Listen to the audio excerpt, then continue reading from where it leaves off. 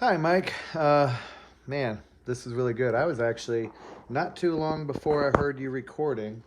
Um, I was doing homework and I saw your name pop up on Marco Polo. And I was like, oh, yay, our Bible study is starting. So I was looking forward to this all week. This actually, it's phenomenal how much this relates to my life right now, this teaching. And the reason why is, like many of you already know, I made a decision for me. It was really hard for me, and I know some of you probably don't understand, but for me it was really hard.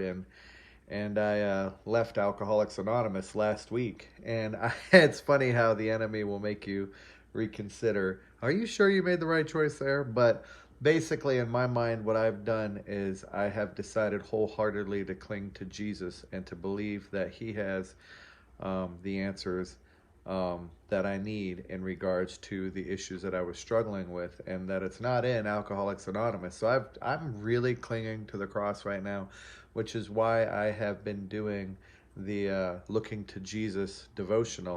It has been extremely helpful. Today we were talking about sadness and how our joy is not based on our external circumstances, which is something that I needed to hear considering the world situation. So, verses 6 and 7 is what we're talking about. He says, I am astonished that you are so quickly deserting him who called you in the grace of Christ and are returning to a different gospel.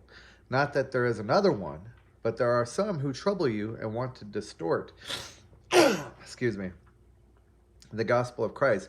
I looked up that word astonished. I am astonished.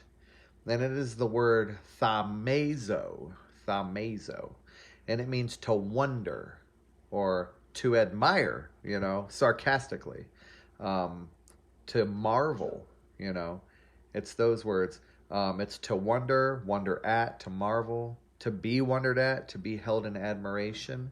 And so it can basically mean a couple of things. It can mean to wonder in a sense of, to be in awe of, but not necessarily in a good way. You see somebody do something absolutely stupid that is completely apart from their character, and you're just shocked. You're like, I can't believe you just did that. My kids, for example, long story short, I will tell them, hey, do not do this thing. Or, for example, we have a ritual, I use that word loosely, that we do every day. We do devotions together. Each child has their devotions that they do, their own devotions. Me and, my wife, we have our devotions. They know that if they want to do anything fun today or visit their friends or anything like that, these devotions need to be done. They also have a certain amount of journaling they need to do. It's not a super long, hardcore thing. But it's, just a habit, that we're trying to raise them for when they get older. And yet, my son, almost every day, it is a challenge. It is a battle to get him to do it. He knows that he's supposed to do these every day. And I had to really pray. I'm like, am I teaching him legalism or what? And I just decided, what? I'm doing the best thing that I can do. I'm trying to teach them about how to have a relationship with Christ. And if he wants to, when he grows up, say, my dad, he was so abusive. He made me read my Bible every day and journal. You know what? Whatever. I can't help that. At the end of the day, God has to get a hold of his heart anyway, right? I just can't passively expect him to catch it without setting an example, right? So he knows. And yet every once in a while, I'll give him enough rope to hang himself. One day he'll skip it. The next day he'll skip it. The next day he'll skip it. The next day, and finally I say, okay, Elijah, you're grounded off your Xbox for a week. What? You can't do that? Why would you do that? And he'll get so angry, and I'll say, Elijah, what were you supposed to do every day? My devotions. What? My journaling. So, did you know that did I shock you? I mean, this is the consequence. Didn't I tell you this was the consequence? Yes. I think that is so stupid. And it literally makes me wonder. It puts me in shock. Because when I was a kid, I did some stupid things. But I wasn't that stupid. At least I don't think I was. I've done some pretty dumb stuff.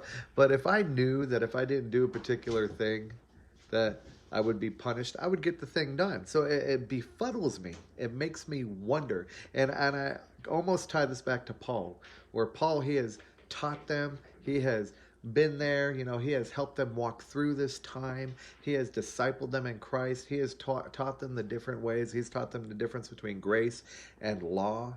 And yet now he's like, I taught you all this stuff. How did you, what? And he was shocked, just like me with my kid. You already know the consequence. Why wouldn't you do that? All you had to do was this thing. It takes you 20 minutes in the morning. That's it. Why didn't you do it? And I imagine Paul in many ways feels the same way. So, in answer to the question, Christ or God and the gospel are one. Wow. No. It's so obvious, but I've never realized that. That was, when I was hearing that, I was like, wow, Mike, that's really good. I've never considered that. I mean, duh, yeah. It's one. They can't be separated, but I never put it into those words. So that was pretty profound to me. And the other thing, and I'll wrap this up, have I been in a situation where I very quickly walked away from the grace of Christ? Like I said, embrace a different gospel. I didn't realize the farther I get away from the whole AA thing, the more I realize that the gospel has every answer that I need for all of this, to get through this. And I have to put all of my eggs in the gospel basket. I have to do that. There's no dividing it up. So for me, just being able to get away and really embrace the gospel and really embrace Jesus, and it's put me in a position where I can, where I'm really hanging onto the cross right now and fully believing that it has my answers. And the more I do that, the more I feel myself getting closer to Jesus, the more passionate I become for the gospel. And so it's been very good. So love you guys. I hope that was short enough.